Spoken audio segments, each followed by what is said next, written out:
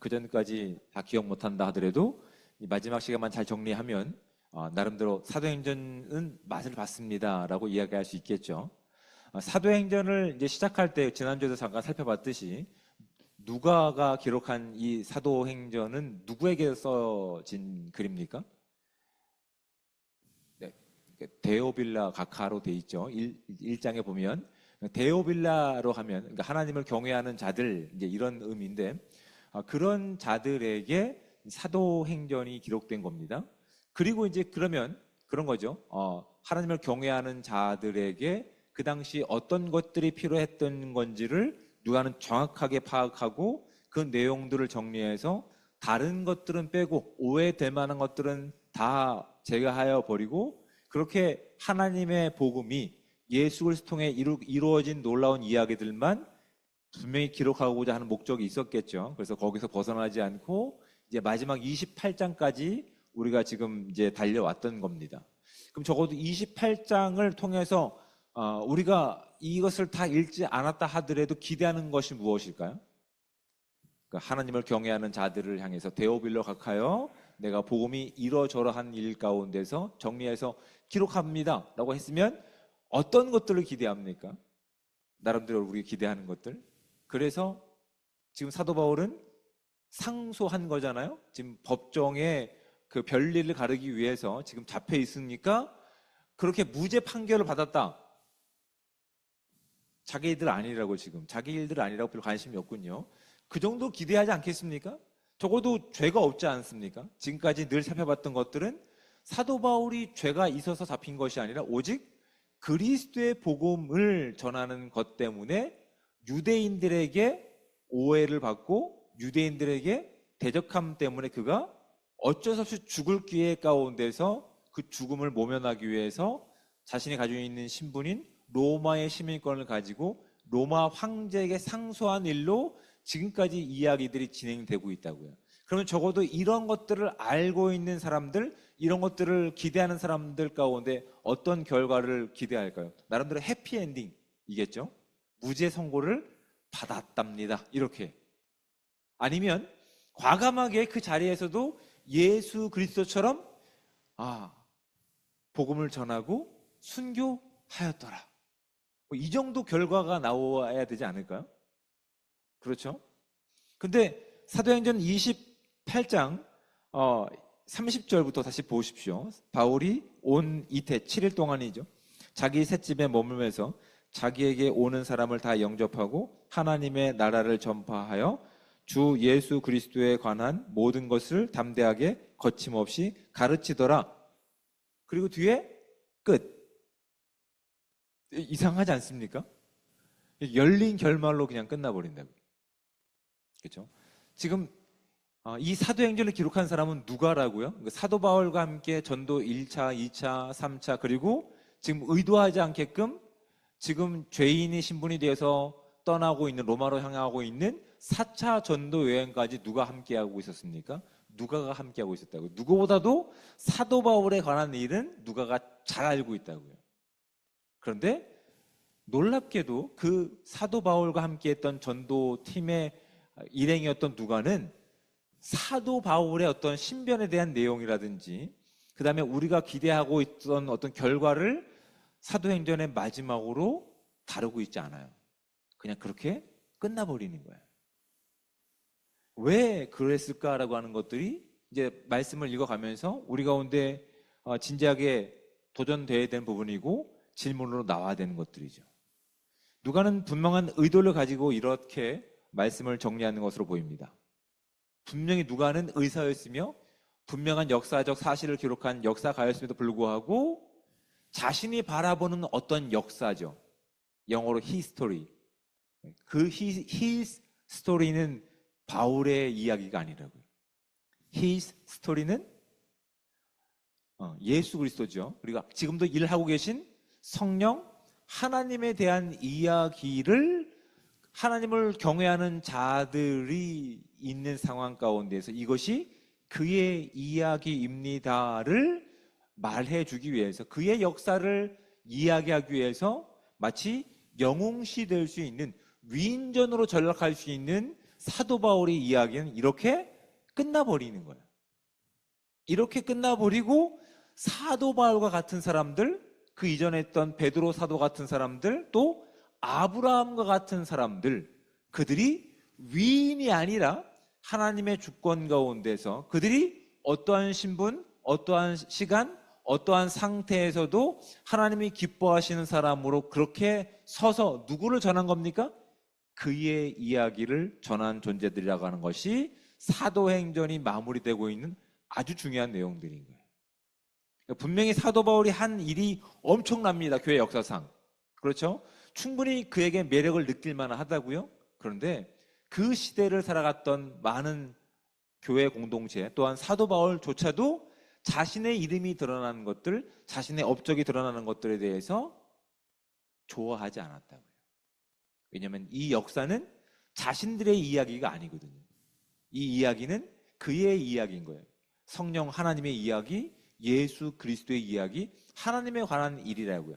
하나님 나라에 관한 일이기 때문에 개인적인 영광과 개인적인 업적이 나타날 수 있는 그 모든 내용들이 그냥 이렇게 같이 뚝 잘라듯이 정리가 되어서 열린 결말로 끝난 거라고요. 근데 전승에 따르면, 역사학자들에 따르면 사도 바울은 무죄 판결을 받았습니다. 2년 동안 그렇게 기다리다가 결국 제대로 된 뭐 법정 변리라든지 이걸 해보지 못한 상태에서 풀려나서 또 뭘 했겠습니까? 또 다시 선교 여행을 떠납니다. 5차 선교 여행을 떠납니다. 그렇게 해서 기록된 책들이 이제 뒤에 나와 있는 이 옥중에서 있었을 때 썼던 책들이 에베소, 빌립보, 골로새 이런 책들이거든요. 옥중 서신이라 불리는. 이런 책들이 기록되고 나서 그 뒤에도 또 서신서를 기록하면서 계속 복음 전하는 일 가운데 사도 바울이 사용되었다는 사실을 그렇게 기억하고 있는 거예요. 그래서 지금 이 글을 읽고 있는 초대교회의 성도들 가운데 그들에게 중요한 내용이 무엇입니까? 사도 바울 한 사람의 업적이 아니라고요. 그가 결정했던 어떤 태도라든지 삶의 방향성이라든지 모토가 그들에게 중요한 내용이 아니라고요. 초대교회에 있어서 그들 가운데 중요했던 것은 우리가 지금 왜 교회 공동체 안에 들어와서 예배하는 자들로 서 있느냐, 오늘도 복음을 드러내고 하나님 나라를 선포하는 일 가운데 사용되어지고 있느냐에 관심을 두고 있었을 때에 이제 시간이 지나고 그 목적들이 사라질 때쯤 누가는 이렇게 다시 한번 그의 이야기, 히스토리를 남겨놓는 거예요. 교회 가운데. 그 역사상 이런 유명한 사람도 있었지만 그들도 자신의 업적을 남기는 것이 아니라 자신을 사용하셔서 그의 이야기를 드러내고 살아내게 하신 하나님을 자랑하는 삶 가운데 그들이 기쁨을 가지고 있는 거예요. 여러분, 저와 여러분의 인생 가운데서 우리가 살아왔던 열심, 흔적, 업적을 드러내는 것이 아니라 우리가 어쩔 수 없는 상황 가운데 있다 하더라도 그 자리에서 그리스도의 영광을 살아낼 수 있는 복되고 또한 은혜로운 공동체 되시기를 주님으로 축복을 드립니다. 자, 그렇다면 이제 다시 말씀을 들어와서 사도 바울이 어떠한 인생으로 결정이 되는지를 한번 보도록 하겠습니다. 지금 11절 말씀 보면 석 달 후죠. 이미 지금 멜리데라고 하는 섬에서 억지로 구조되고 나서 그렇게 시간이 지나서 총 그들이 이제 그 예루살렘을 떠났을 때부터 지금까지는 6개월이 지난 시점입니다. 그다음에 11절 석 달 후에 우리가 그 섬에서 겨울을 난 알렉산드리아 배를 타고 이렇게 나와 있죠. 그리고 나서도 이제 시간이 지나서 그들이 비로소 어떻게 한 겁니까? 로마에 당도하게 된 거예요. 그렇죠? 그렇게 하나님께서 그를 로마에서 이방인을 위한 사도로 세우신 그 꿈이 성취되는 감격 가운데 있다고. 그런데 그 과정은 실로 엄청납니다.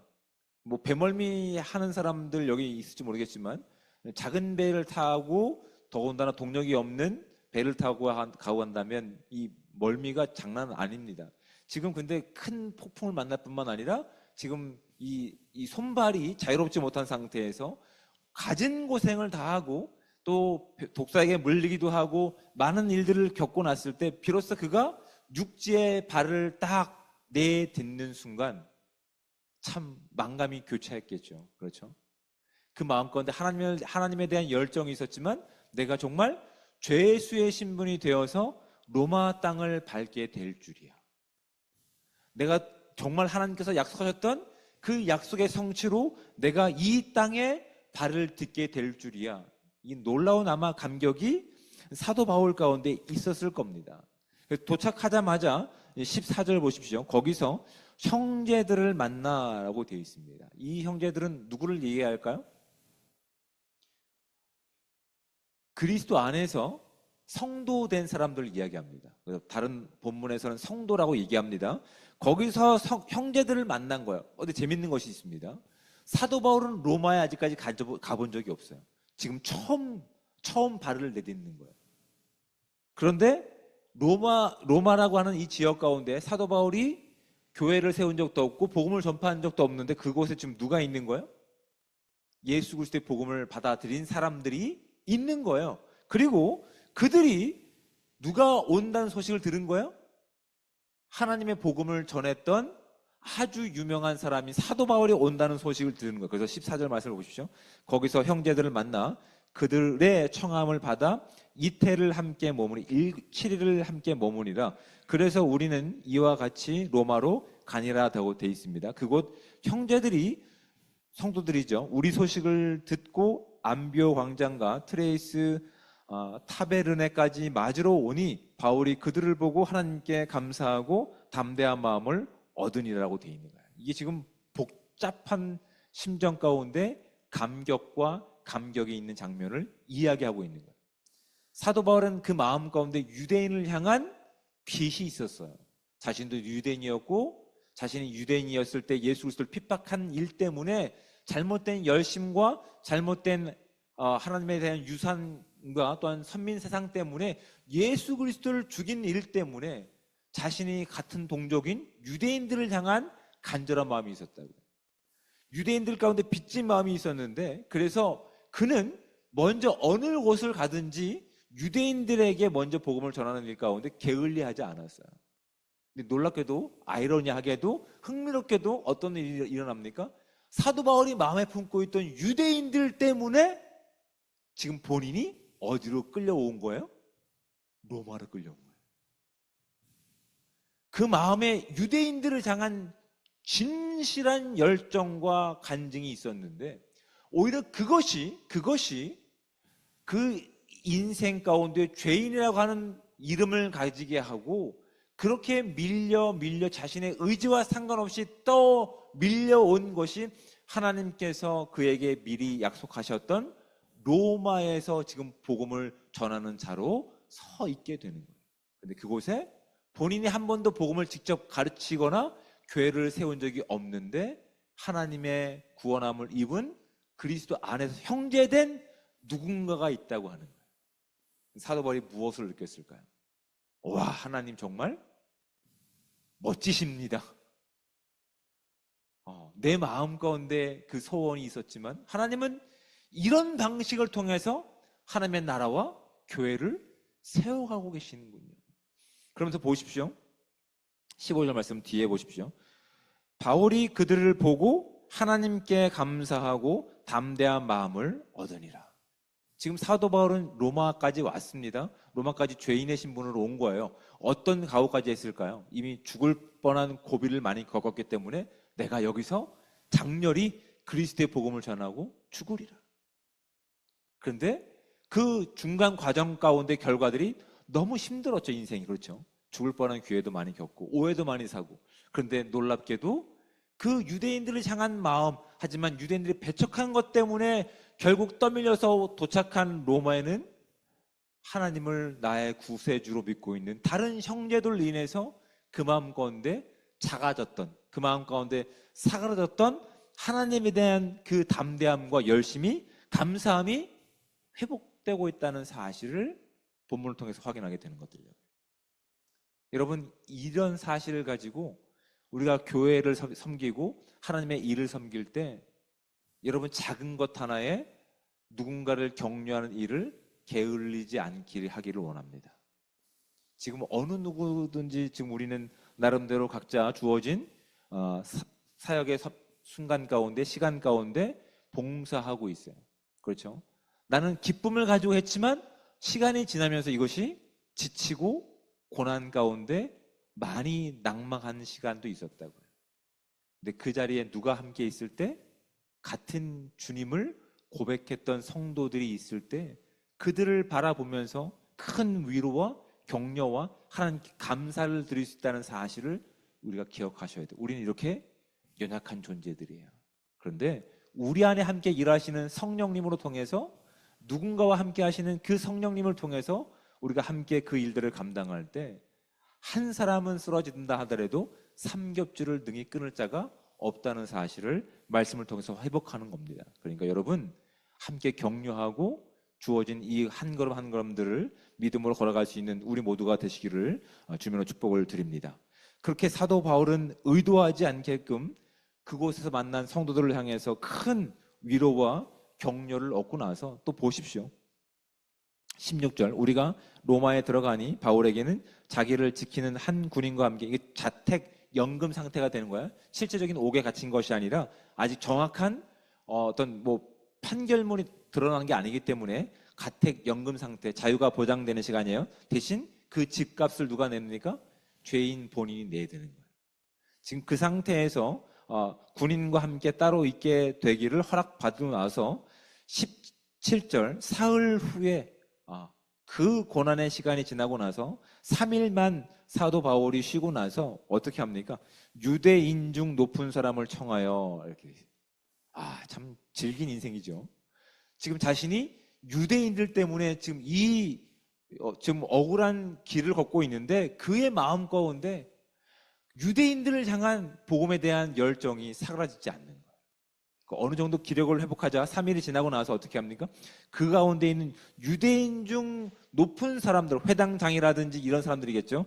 그 사람들을 청하여 자신이 지금 이 자리에 붙잡혀 오게 된 일들을 설명하고 해명하고 그리스도의 복음을 전할 지금 기회로 삼고자 하는 거예요.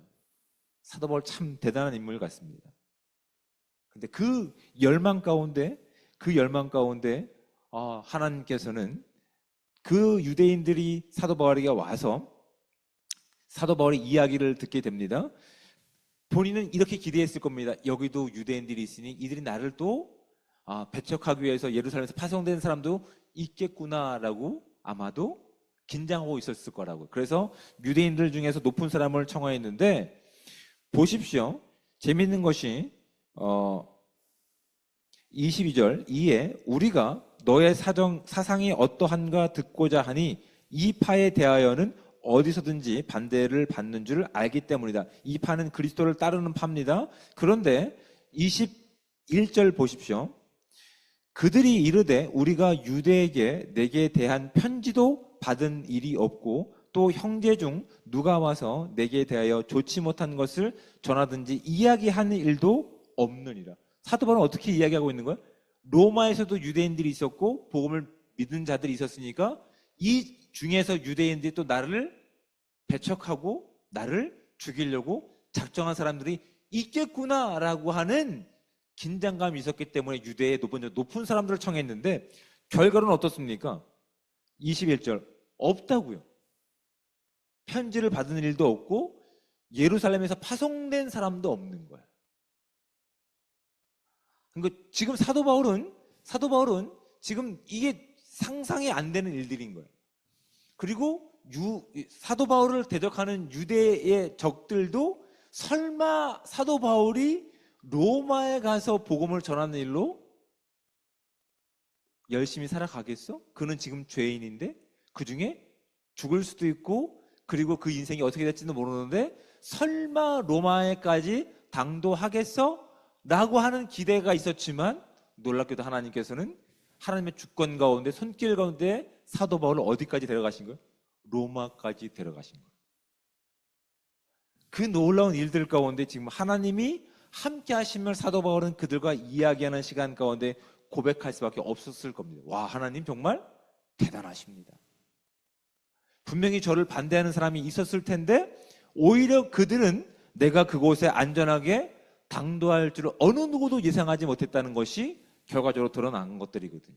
결국 그는, 사도 바울은 하나님이 하실 일들과 하나님께서 지금 자신의 시간 가운데 함께 하심을 믿고 이제 담대하게 하나님 말씀을 전하는 내용이 이제 26절, 25절부터 26절부터 쭉 나오는 내용 가운데 드러나거든요. 복음을 전합니다. 복음을 전하는데 보십시오. 이제 23절부터 볼까요? 그들이 날짜를 정하고 그가 유숙하는 집에 많이 오니 바울이 아침부터 저녁까지 강론하여 하나님의 나라를 증언하고라고 되어 있죠. 지금 사도 바울이 지금까지 일관적으로 했던 일이 뭡니까? 하나님 나라라고요. 예수 그리스도의 복음에 대한 이야기라고요. 그런데 보십시오. 모세의 율법과 선지자의 말을 가지고 예수에 대하여 권하더라.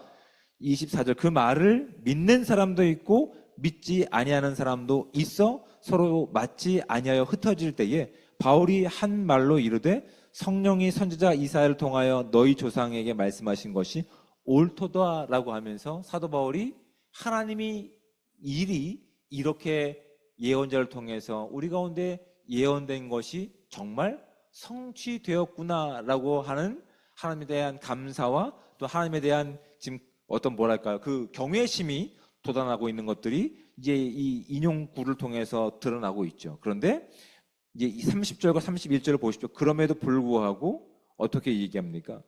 31절, 하나님의 나라를 전파하며 주 예수 그리스도에 관한 모든 것을 담대하게 거침없이 가르치더라라고 되어 있는 거예요. 지금 사도 바울은 본인이 계획하거나 본인이 예상했던 것과는 전혀 상관없이 오히려 본인이 마음 가운데 애정을 가졌던 유대인들 때문에 공교롭게도 본인이 죄인의 신분이 되어서 로마라고 하는 전혀 엉뚱한 나라까지 도달해서 복음을 전파하고 있는데 거기는 자신이 기대했던 어떤 결과의 내용도 없는 거예요. 그런데 그 가운데 사람들을 만나게 하시고 또한 하나님의 복음을 전해 듣는 사람들과 또 배척하는 사람들의 일을 통해서 결국 하나님께서 하고 계시는 일에 대한 담대함이 그 마음 가운데 확신으로 다가왔던 것들이에요. 그러니까 외형적으로 보면 그 시간은 뭡니까? 고난의 시간이고 때로는 기대하지 않았던 엉뚱한 시간들로 간다 하더라도 지금 그 가운데 지금 사도 바울을 묶고 있는 것이 무엇입니까? 사도 바울을 지탱하게 하는 것이 무엇입니까? 예수 그리스도의 사랑의 사슬이 그를 지금 묶고 있는 거라고요. 그러니까 그는 비록 죄인의 신분이었지만 어떠한 쇠사슬도 그를 묶지 못하는 거예요. 오히려 예수 그리스도의 사랑이 그를 묶고 있기 때문에 세상에 가지고 있는 권력과 세상에 가지고 있는 힘과 세상에 가지고 있는 수없이 많은 사람들이 그를 어떻게 하면 묶어버릴까 하는 그 상황 가운데도 사도 바울은 담대함을 가지고 담대하게 오직 예수 그리스도의 복음만 전하는 인생으로 누가는 지금 사도행전을 마치고 있다고요. 그리고 이 사도행전을 읽고 있는 초대교회 1차 독자뿐만 아니라 오늘날 저와 여러분 가운데서 이 진리를 살아가는 것이 우리 가운데 얼마나 큰 행복이며 하나님의 주권인지를 깨닫기를 지금 기뻐하고 계시는 거예요. 여러분, 우리의 인생을 살아가면서 우리가 계획했던 대로 움직인 적이 있습니까? 대부분 없습니다. 때로는 많은 오해들과 때로는 많은 험담과 때로는 그래도 그들의 모략 가운데서 우리는 정말 구석으로 몰려서 세상이 정한 기준 가운데 마치 묶여있는 인생으로 아무것도 알지 못하는 우리의 모습들을 발견하고 참 실망하고 좌절할 수밖에 없는 인생들을 우리가 살고 있다고. 그런데 지금 사도 바울은 우리와 동일한 시간을 겪고 있지만 세상이 가지고 있는 그 권세 가운데 묶여있는 것이 아니라 그는 무엇에 묶여 있습니까? 예수 그리스도의 사랑에 묶인 자가 되어 있는 거예요.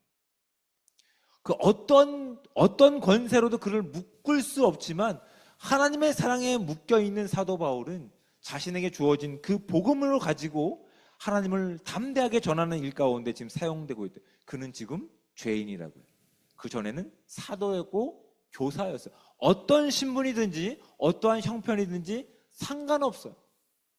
주어진 그 자리에서 그는 오직 하나님의 십자가 가운데서 하나님의 사랑으로 묶인 바가 되어서 지금 그 인생 가운데 주도하시는 분이 성령 하나님을 그가 온전히 믿었기 때문에 주변 상황에 흔들림 없이 담대함을 가지고 다시 한번 31절 보십시오. 하나님의 나라를 전파하며 주 예수 그리스도에 관한 모든 것을 담대하게 거침없이 가르치더라.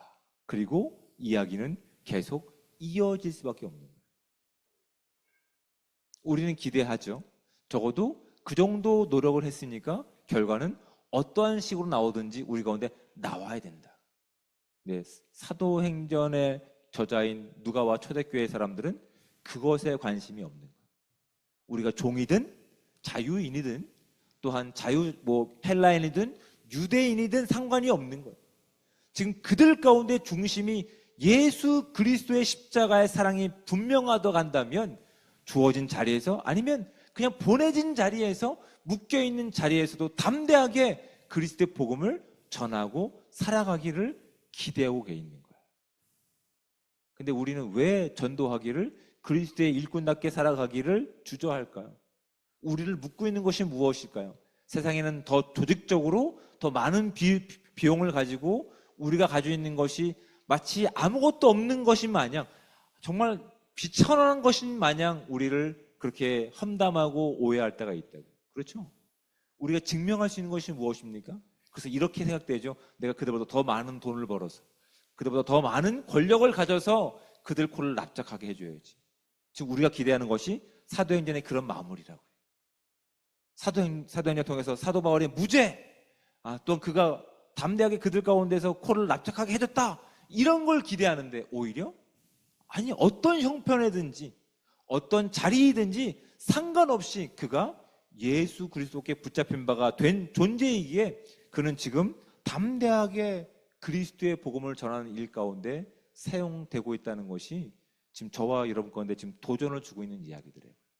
여러분 정말 오늘 같은 시대에 그리스도인으로 살아가는 것이 만만치 않다는 것을 새삼 실감하지 않으십니까?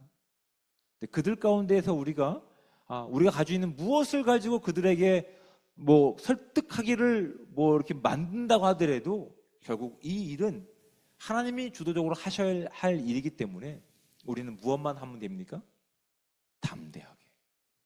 담대하게 주어진 그리스도의 복음만 전하면 되는 거예요.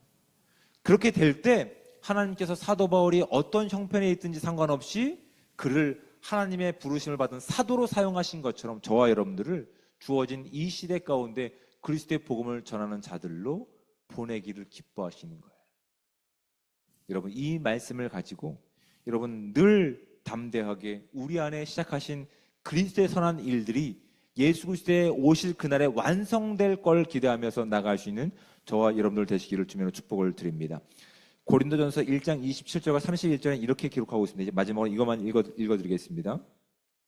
그러나 하나님께서 세상에 미련한 것들을 택하사 지혜 있는 자들을 부끄럽게 하려 하시고 세상에 약한 것들을 택하사 강한 것들을 부끄럽게 하려 하시며 하나님께서 세상에 천한 것들과 멸시받는 것들과 없는 것들을 택하사 있는 것들을 폐하려 하시나니 이는 아무 육체도 하나님 앞에서 자랑하지 못하게 하려 하심이라.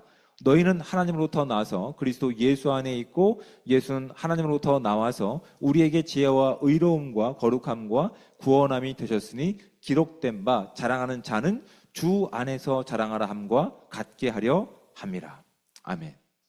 여러분 우리가 세상에 가지고 있는 전략적인 유혹 가운데서 속고 있는 것들이 그거라고요.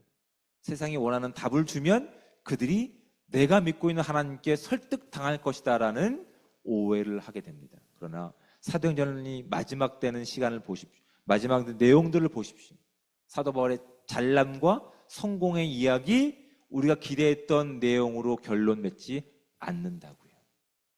오히려 비천할 때, 오히려 미련한 모습으로 나아갈 때 그 가운데 역사하시는 성령 하나님이 더 분명하게 드러난다는 사실을 성경을 통해서 우리 가운데 분명히 자랑하고 있다는 사실을 기억하시고 주어진 자리에서 보내진 자리에서 어려운 시간 가운데서 하지만 하나님께서 오히려 이 상황들을 통해서 그리스도의 복음이 우리를 통해 드러내실 줄 믿고 이 거룩함을 살아낼 수 있는 거룩한 청년 공동체 되시기를 주님의 축복을 드립니다. 자, 다 나와서 우리 함께 찬양하면서 또 기도하도록 하겠습니다.